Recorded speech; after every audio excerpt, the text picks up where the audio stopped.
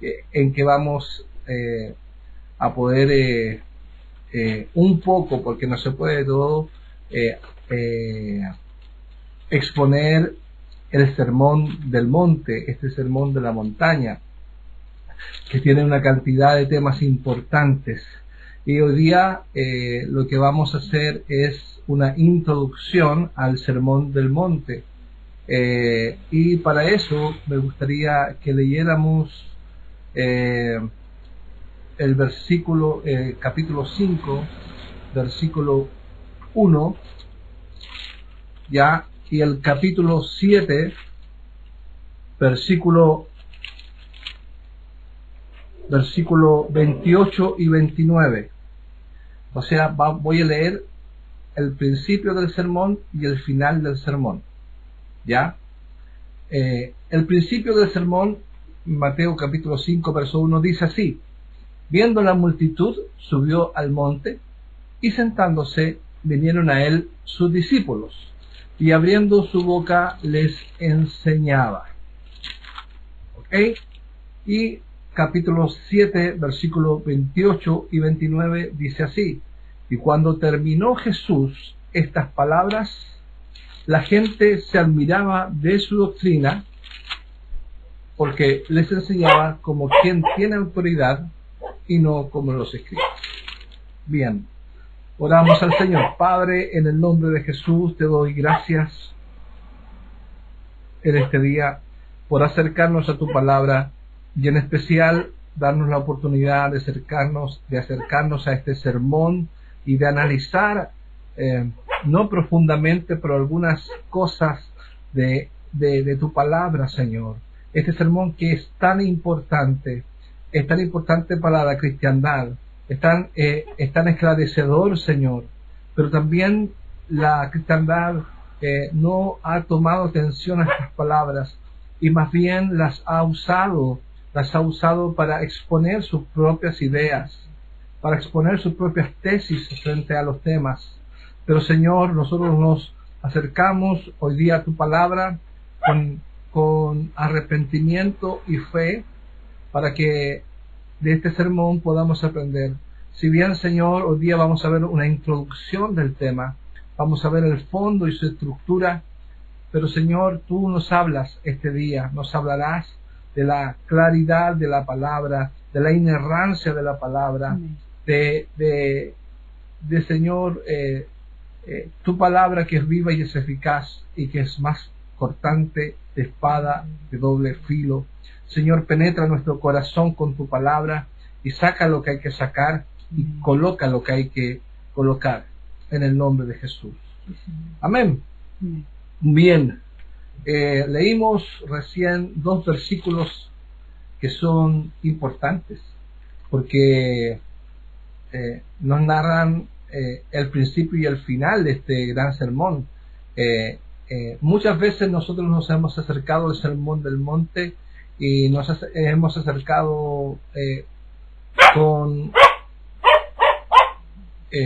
no con el entendimiento que debemos tener, ya que el sermón del monte o el sermón de la montaña es la constitución, por decirlo así, del reino de Dios para la iglesia. Y en ella nos enseña el carácter que debemos llegar a tener como miembros de la comunidad del pacto. ¿Qué es lo que es la comunidad del pacto? Es la iglesia. Ya, ese término es importante, la comunidad del pacto. Usted va a una iglesia donde todos estamos bajo un pacto, que es el pacto que el Señor hizo por nosotros. Ahora, a modo de curiosidad, usted sabe que se tardan 18 minutos, de 18 a 20 minutos para leer en voz alta el sermón del monte de Cristo, que se encuentra en los capítulos 5, 6 y 7 de Mateo. Solamente 20 minutos nos tardamos en leerlo. Sin embargo, estas palabras inmortales han creado una impresión imborrable en las mentes de los hombres. Y aquí tengo algunas personas que les causó un efecto imborrable en sus mentes. Por ejemplo, Gandhi. Gandhi las llamó las palabras mayores en toda la literatura y trató de hacerlas un programa de acción política. Tristemente, él nunca aceptó el autor de ellas como su salvador y su señor personal. Este fue Gandhi. Nietzsche, que fue un filósofo alemán, llamado el filósofo loco de Alemania, quien inventó las palabras Dios está muerto, protestó furiosamente contra el Sermón del Monte, llamándolo la moralidad de los esclavos. Nuestro Martín Lutero afirmó que era imposible vivirlo y que fue dado por Dios solamente para mostrarnos nuestra extrema necesidad de la gracia. Scofield, que fue un pastor de índole dispensacionalista, dijo que no era para la iglesia, y él lo anota en su Biblia, dice que es para Israel, y dice, sino que no era para la iglesia, sino era para un milenio futuro. Tolstoy, el letrado ruso, intelectual ruso, él dijo, él quiso practicarlo sin adorar a Jesucristo como su Salvador, y naturalmente fracasó. Ahora, ninguno de estos hombres, por brillantes mentes que hayan tenido, encontró el significado verdadero del Sermón del Monte. Nuestro Señor mismo dijo del sermón, vaya conmigo a Mateo 7:24, que es una parte del sermón, y dice: cualquiera pues que me oye estas palabras y las hace, los compararé a un hombre prudente que edificó su casa sobre la roca. Esto es Mateo 7:24. Nuestro Señor mismo dijo de este sermón estas palabras. Dijo, cualquiera pues que me oye estas palabras y las hace. Aquí hay dos elementos importantes, que es oír y hacer. Muchos somos oidores de la palabra, pero no hacedores, como dice Santiago. Tenemos que ponerla en práctica la palabra. Y dice aquí Jesús, lo compararé a un hombre prudente. Es prudente oír y hacer la palabra. Oír y ponerla en práctica. ¿Ok?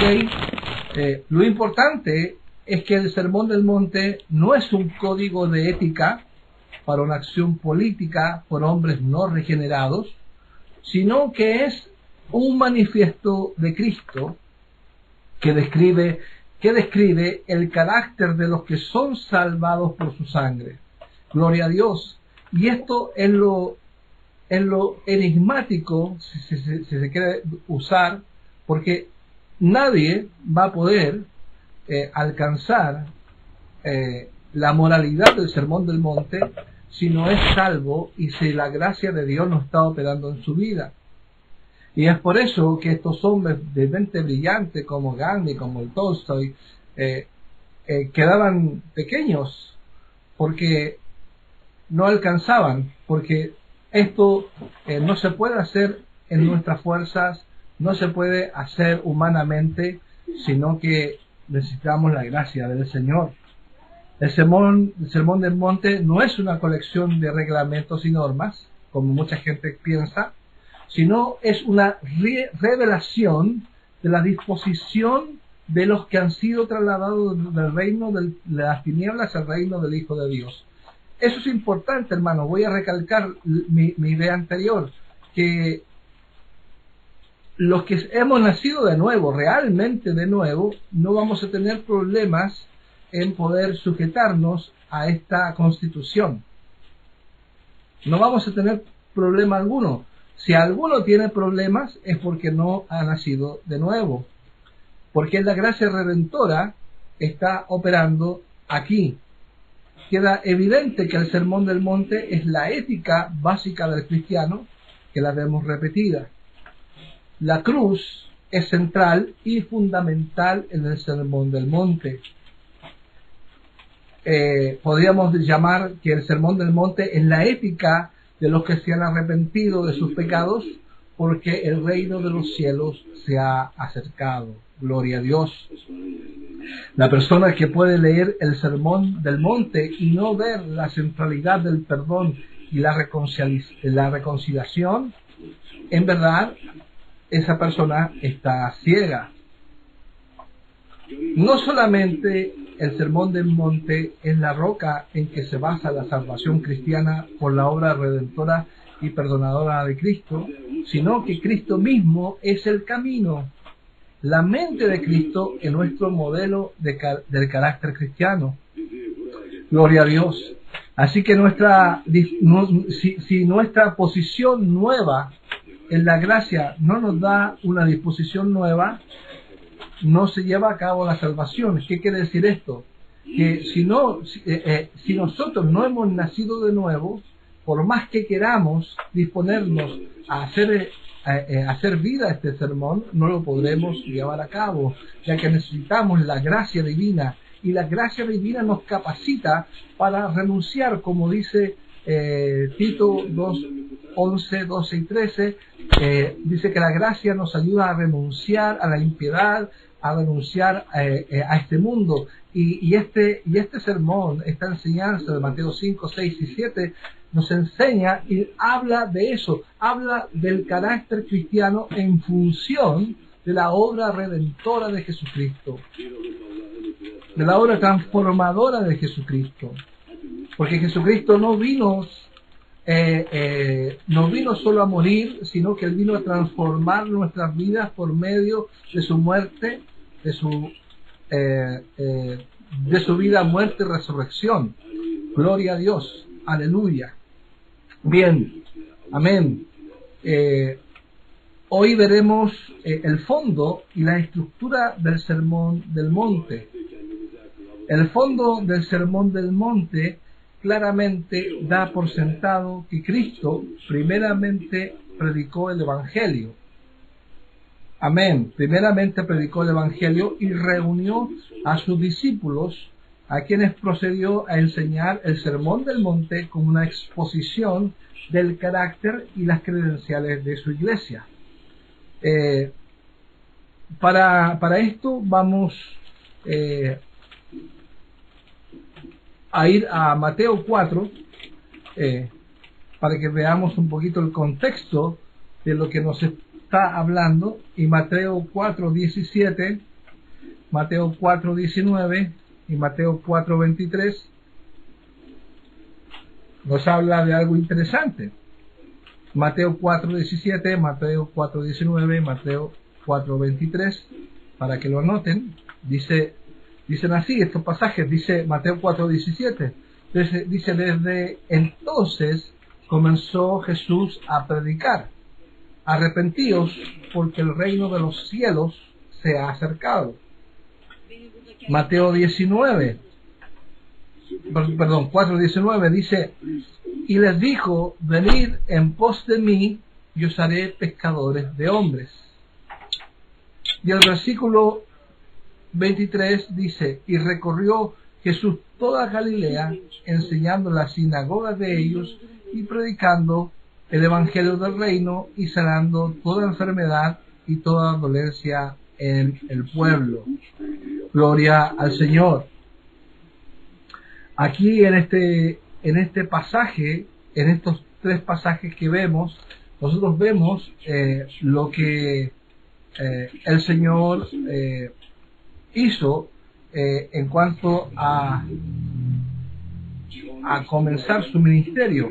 4:17 dice: arrepentíos porque el reino de los cielos se ha acercado. Ese era el mensaje, arrepentimiento. O sea que antes del Sermón del Monte tenía que haber arrepentimiento. Después el Señor dijo: venid en pos de mí y os haré pescador de hombres. Arrepentimiento, y después tiene que venir fe y seguimiento. Y después el verso 23 dice: y recorrió toda Galilea enseñando las sinagogas de ellos y predicando el evangelio del reino.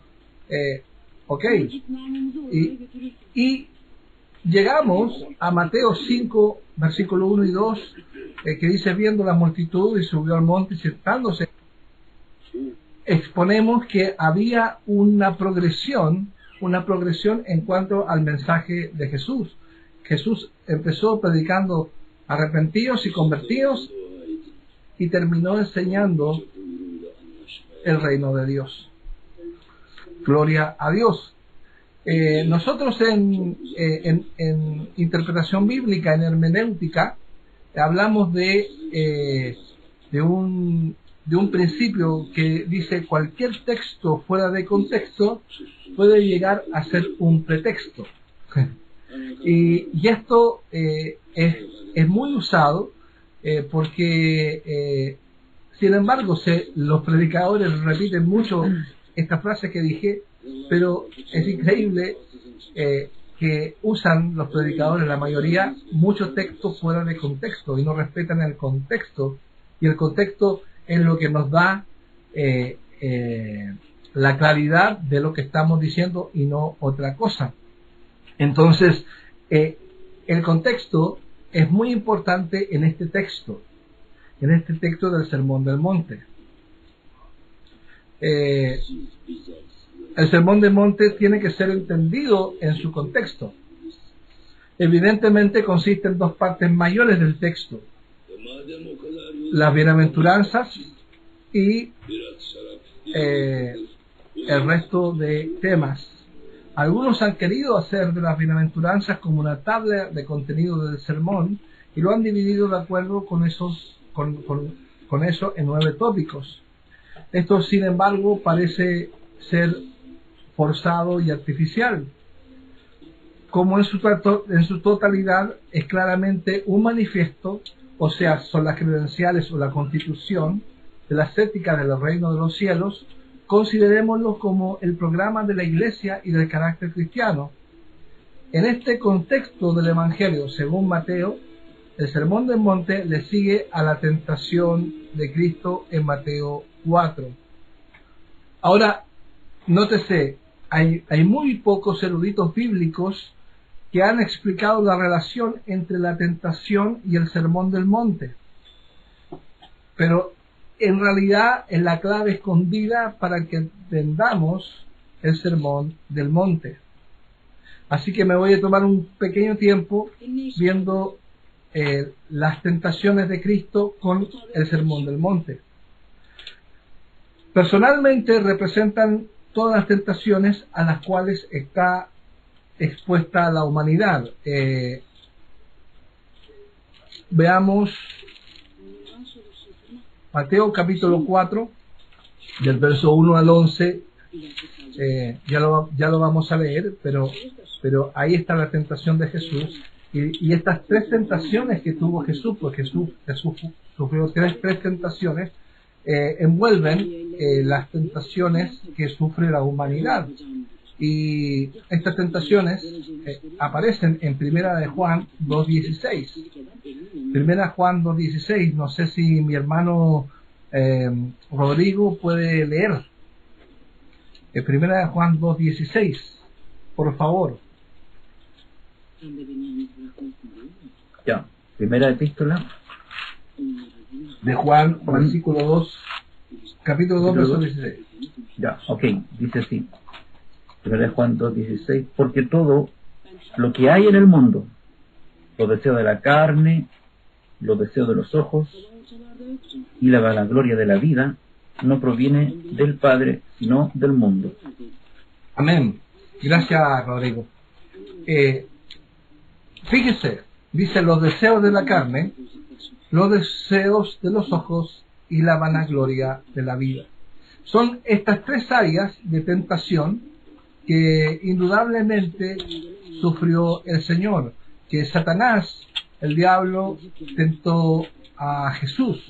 Y vamos a ir a Mateo 1, capítulo 4 al 11, lo voy a leer rápidamente. Dice: entonces Jesús fue llevado por el Espíritu del desierto para ser tentado por el diablo, y después de haber ayunado 40 días y 40 noches, tuvo hambre. Y vino a él el tentador y le dijo: si eres hijo de Dios, que estas piedras se conviertan en pan. Ahí tenemos la primera tentación que nos dice Primera de Juan 16. Dice los deseos de la carne. ¿Ok? Esa es la primera tentación. vino al tentador y le dijo, si eres hijo de Dios, di que estas piedras se conviertan en pan. Y nosotros conocemos la respuesta de Jesús. Él respondió y dijo, escrito está, no solo del pan vivirá el hombre, sino de toda palabra que sale de la boca de Dios. Aleluya. Después dice, entonces el diablo le llevó a la santa ciudad y le puso sobre el pináculo del templo y le dijo, si eres hijo de Dios, échate abajo, porque escrito está, a sus ángeles mandará acerca de ti y en sus manos te sostendrán para que no tropieces con tu pie en piedra. Ahí está la segunda tentación de Juan 2:16, perdón, de 1 de Juan 2:16, que es los deseos de los ojos, Y a lo cual Jesús respondió en el verso 7, escrito está también, no tentarás al Señor tu Dios. Y el verso 8 nos dice que otra vez le llevó el diablo a un monte muy alto y le mostró todos los reinos del mundo y la gloria de ellos. Y le dijo, todo esto te daré si postrado me adorares. Es la tercera tentación que 1 de Juan 2:16 nos habla, que es la vanagloria de la vida. Esta vanagloria de la vida, Jesús respondió en el verso 10 y dijo, y le dijo, vete Satanás, porque escrito está, al Señor tu Dios adorarás y a Él solo servirás. Gloria a Dios. Así que en Mateo 4, del 1 al 4, vemos el nivel personal, que es la tentación del cuerpo por medio de los deseos y apetitos. Pero programáticamente era una tentación para Cristo y la Iglesia de basar el ministerio del reino en un programa de asistencia social, como un eslogan que decimos hoy día, pan para todos. Ahora hago la siguiente reflexión. ¿Cuántas iglesias han caído en esa tentación y han cambiado el evangelio a un evangelio social? Mateo 4, del 5 al 7, es la tentación de los deseos de los ojos. Al desempeñar un papel ante los hombres y atraerlos con poder del alma o sentimentalismo en lugar de convicción espiritual. Ese deseo que todos los hombres tenemos un deseo de ser vistos, de ser protagonistas de algo, ese deseo de desempeñar un papel para ser vistos de los hombres, para ser presumidos, está profundamente arraigado a la naturaleza de la carne. Cristo rehusó un programa basado en señales espectaculares. En realidad, Él dijo que es una generación mala y adúltera que busca señales. Pero la pregunta es, ¿cuántas iglesias actuales se especializan en este sentimentalismo? Hay actores, músicos, oradores y otros que desempeñan papeles que reciben altos sueldos, crean sentimentalismo costoso para atraer a las masas. Ahora, Jesús rehusó este programa. Es interesante. Mateo 4, del 8 al 11, la tercera tentación, que era lo espiritual, el pervertir la adoración por medio de dirigirlo hacia un objeto maligno. Programáticamente, esta es la tentación de utilizar la pompa y el poder político para extender el reino de Dios. El Señor Jesús rehusó la oportunidad de establecer un reino judío en la tierra. Él rechazó la revolución o el militarismo. Pero la pregunta es, ¿cuántos cristianos famosos han aceptado esta tentación de Satanás y alegremente han aceptado la espada para promover y proteger su programa religioso? El Imperio Romano gobernó las masas por medio de proveer tres cosas al pueblo, nos dice la historia. Panem, en latín pan, circensen, en latín circo, y caesarol, los césares. O sea, que tenían pan, circo y los césares. Estos eran los mismos tres programas que nuestro Señor rechazó, que era este programa del diablo del deseo de los ojos, del deseo de los ojos o los apetitos de la carne, que es el pan, el circo y los césares. En nivel personal, estos son los deseos de la carne, los deseos de los ojos y la vanagloria de la vida o la codicia del poder. Hermanos, en las iglesias hay mucha lucha de poder. Y esto es un pecado tremendo, tremendo, tremendo.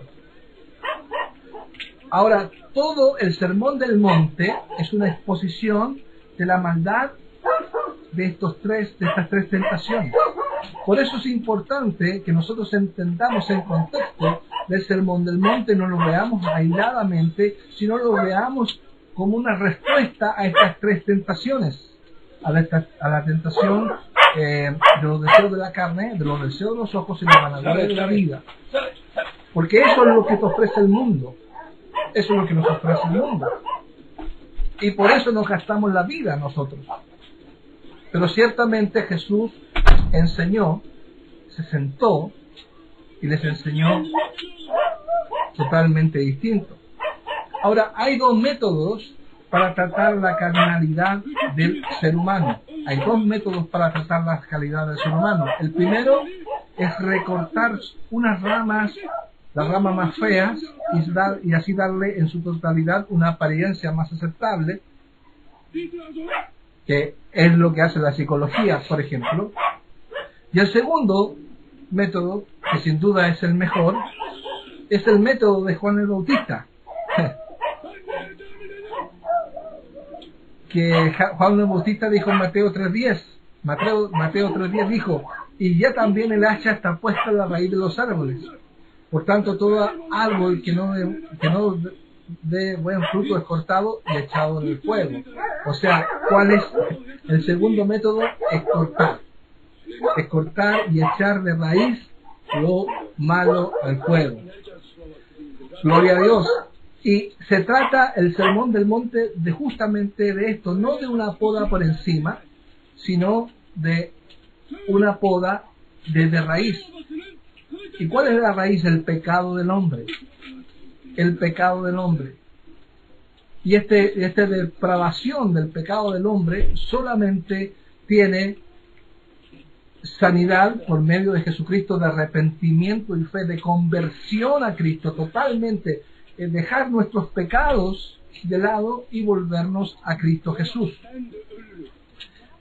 Ahora, como prueba de este contexto total, se acomoda con el Sermón del Monte. Oímos a Jesús en Mateo 16, vamos a Mateo 7, perdón, Mateo 7, verso 16, que estamos también en el Sermón del Monte, del 16 al 20, y él habla de esto, mira, dice: por sus frutos los conoceréis, por sus frutos los conoceréis. ¿Acaso se recogen uvas de los espinos o higos de los abrojos? Así todo buen árbol da buenos frutos, pero el árbol malo da frutos malos. Aquí está hablando de los hombres pecadores y los hombres convertidos a Cristo. Porque no hay hombres piadosos fuera de Cristo. Eso es importante, hermanos. Sí hay hombres que son temerosos a Dios, que tienen algo de Dios, pero si no se han arrepentido de sus pecados, si no se han convertido a Cristo, se van a ir también al infierno. Y eso es importante, hermanos, que lo sepamos, que hay árboles que dan buenos frutos y hay árboles que dan malos frutos. El buen árbol da frutos buenos y el árbol malo da frutos malos. Verso 20 dice: así que por sus frutos los conoceréis. ¿Cómo puede el árbol malo de programas carnales llevar buen fruto? No se puede. Cuando se mezcla la religión carnal, la falsa, y esto es importante que nosotros lo vayamos diferenciando. Nosotros yo llevo un mes hablando los días lunes, miércoles y viernes a las 4:30 con amigos, con hermanos, que ha estado nuestro hermano Rodrigo también con nosotros, y el tema central que yo he hablado y que sigo hablando es las diferencias entre el verdadero evangelio y el falso evangelio. Nosotros llegamos a la conclusión de que hay un solo evangelio. Hay un solo evangelio, que es el evangelio de Cristo, pero existen muchos pseudos, muchos falsos, y son falsos porque no enseñan lo de Cristo, o le ponen algo más o le quitan. Y esto es como decir, el árbol malo, la persona mala, a través de los buenos programas que da la iglesia, va a generar frutos buenos. Eso es imposible, hermanos. Eso es imposible. Y es lo que muchas iglesias estamos haciendo. Estamos tomando los pecadores, los metemos en los programas y creemos que los programas los van a cambiar. Creemos que los programas los van a santificar. Eso es un error. Eso es un pecado. Eso no es entender el evangelio. Aleluya. Alguien dice amén. Gloria a Dios. Cuando se mezcla la religión carnal, la falsa, porque hay una verdadera que incita a llevar una vida piadosa en santidad, pero cuando se mezcla esta mezcla de religión carnal, la falsa, con el evangelio social, funciones teatrales, música mundana, actores, es prueba de un árbol malo. ¿Ok? Entonces, el Sermón del Monte, en definitiva, es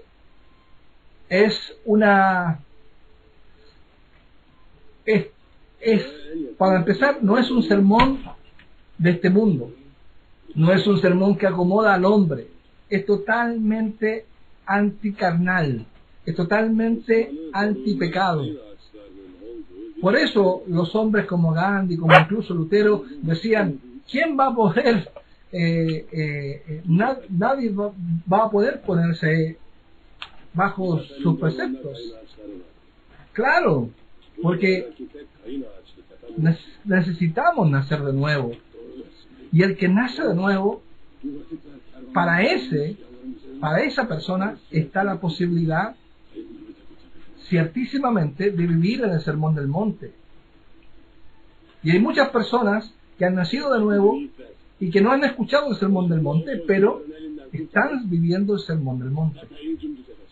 Eso es importante, hermanos, porque es lo que pasa con las 5 solas, por ejemplo. Las 5 solas que hemos hablado también en el programa. Hay mucha gente que ignora las 5 solas, pero las vive porque ha conocido a Cristo. Las 5 solas hablan de que solo escritura, solamente la Biblia, y a través de la Biblia nos viene la revelación especial. Cristo es el camino para llegar a esa salvación. La fe que nos justifica, la gracia salvadora y dar gloria a Dios. Esos 5 elementos están en todo cristiano verdadero. ¿Haya escuchado la Reforma o no haya escuchado la Reforma? Asimismo, todo cristiano verdadero, nacido de nuevo, haya escuchado el Sermón del Monte o no lo haya escuchado por ignorancia o qué sé yo, por cualquier razón, va, de cierta forma, lo va a cumplir, lo va a tener, porque es una moralidad del reino de Dios. Es una moralidad que viene por el Espíritu. Amén. Gloria a Dios. Aleluya. Amén. Bien, para terminar, quiero dar la estructura del Sermón del Monte, que es un lenguaje primorosamente bello, es poético, demuestra el paralelismo hebreo que hablaba nuestro hermano Engelbert hace unas semanas y hermano Rodrigo también, que repite la misma verdad de varias maneras. Eso es paralelismo hebreo, repite la verdad de varias maneras y es rítmico como en el Padre Nuestro. Así que es poético. Segundo, es pictórico, desde los retratos de los fariseos hipócritas hasta los lirios del campo son los más gloriosos que Salomón. Ahí está hablando de una imagen pictórica, de un cuadro pintado con colores. Y tercero, también es proverbial, expresando grandes principios en palabras atinadas. Se ha dicho que es la esencia destilada del Antiguo Testamento, dando énfasis en que debemos amar a Dios y a nuestro prójimo. Bueno, consiste de 3 capítulos solamente, 5, 6 y 7, y de 111 versículos. Es más corto que el Salmo 119, que contiene 176 versículos. Este tiene apenas 111. Fue dado evidentemente para ser memorizado y repetido oralmente. Fue usado por la iglesia primitiva para instruir a los conversos en preparación del bautismo. Y aquí tengo una pregunta. ¿Cuántos de nosotros, cuando fuimos bautizados, se nos enseñó el Sermón del Monte y se nos hizo aprenderlo de memoria? No respondan. Bueno, después de las 3 tentaciones que vimos, las 3 tentaciones que vimos en Mateo, y de las 3 invitaciones que hace Jesús, porque después de las 3 tentaciones vienen las 3 invitaciones que hace Jesús, que vimos Mateo 4, 16, 17 y 23. Mateo 4, notamos estos grupos numéricos en Mateo 5, 6 y 7. Y la estructura es muy interesante porque lo podríamos designar así. Primero, 9 bienaventuranzas. ¿Cuántas bienaventuranzas? 9. Después vienen 3 testigos, que son la sal, la luz y la ciudad. Después vienen 6 maneras en que el amor cumple la ley. Esto aparece en Mateo 5, 17 al 48. Después vienen los 3 secretos, que son la limosna, la oración y el ayuno, que viene en Mateo 6, del 1 al 18. Después vienen 3 parejas de codicia, los tesoros, los ojos y los maestros, que en Mateo 6, 19 al 24. Los 4 por tantos contra el temor, que Mateo 6, 25 al 34. 4 consejos de no juzguéis, no deis, pedid, haced vosotros, que aparece en Mateo 7, del 1 al 12. Y 4 advertencias, que serían el camino malo, el fruto malo, las palabras y los hechos de los profetas falsos, las casas malas, etcétera, que va del Mateo 7, 13 al 29. Gloria a Dios. Entonces, tenemos bosquejado los 36 temas estructurales. Ahora, aquí me gustaría que pudieran anotar, o yo se los voy a mandar, el bosquejo sencillo del Sermón del Monte. Sería, número 1, la vida del reino descrita. La vida del reino descrita. Letra A, las características de los ciudadanos, que serían las 9 bienaventuranzas, y su testimonio, sal y luz. Eso es la vida del reino descrita, que nos habla de las características de los ciudadanos, las 9 bienaventuranzas, y su testimonio, sal y luz, que aparece de Mateo 5, verso 1 al 18. Eso es la primera parte. La segunda es la relación del nuevo pacto con el viejo.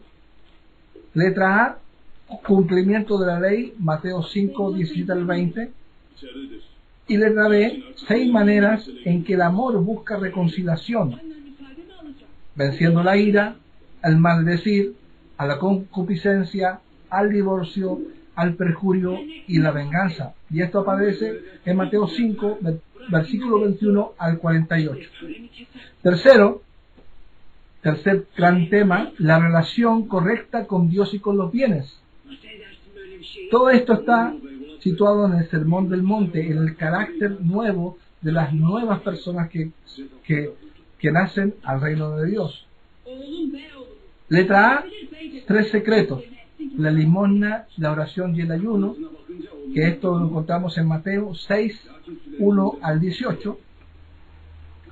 Letra B, vivir en confianza en vez de codicia, vivir en confianza en vez de codicia, Mateo 6, 19 al 34, y cuarto, aprender el discernimiento.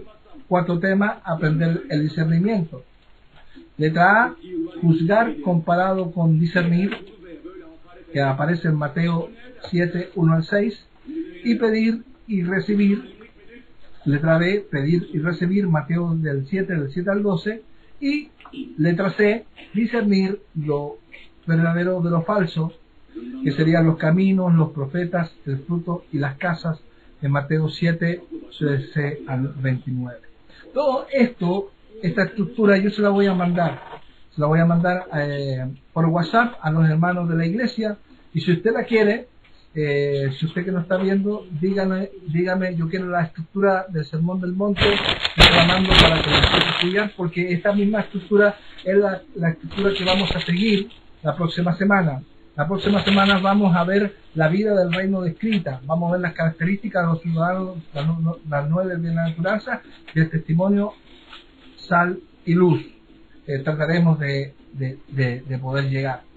Bien, así que termino con esto.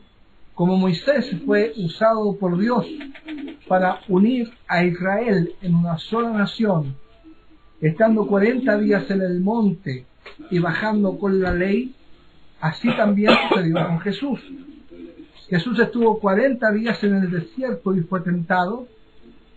Vino después con su nuevo pacto, que era el cumplimiento de la ley y el sermón del monte. Gloria a Dios.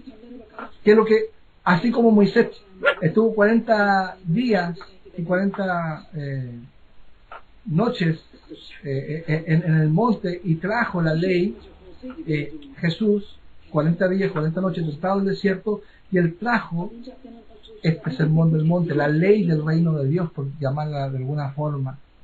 Gloria a Dios. Es importante, hermanos, que tomemos en cuenta el sermón del monte. Gloria a Dios. Amén. Vamos a orar al Señor y le vamos a dar gracias. Amén. Padre, en el nombre de Jesús te doy gracias por esta tu palabra. Señor, gracias por enseñarnos hoy día brevemente una introducción de este tema tan importante que es el Sermón del Monte, que sin duda, Señor, es un sermón que cambiará nuestras vidas, porque en ella está concentrada el Evangelio. Gracias. Gloria a Dios, porque este sermón debemos verlo no como una ley moral solamente, como principios éticos, sino como la regla de fe y de conducta que debemos seguir. Es un resumen del Evangelio. Gloria a Dios. Amén. Gloria a Dios. Amén. Así que, hermanos, desde hoy, por espacio de 2 meses, revisaremos el contenido de este sermón. No perdamos el enfoque de que el Sermón del Monte es vivir para la gloria de Dios y disfrutar de Él para siempre, como el principal objetivo de nuestras vidas. Amén. Gracias a Dios.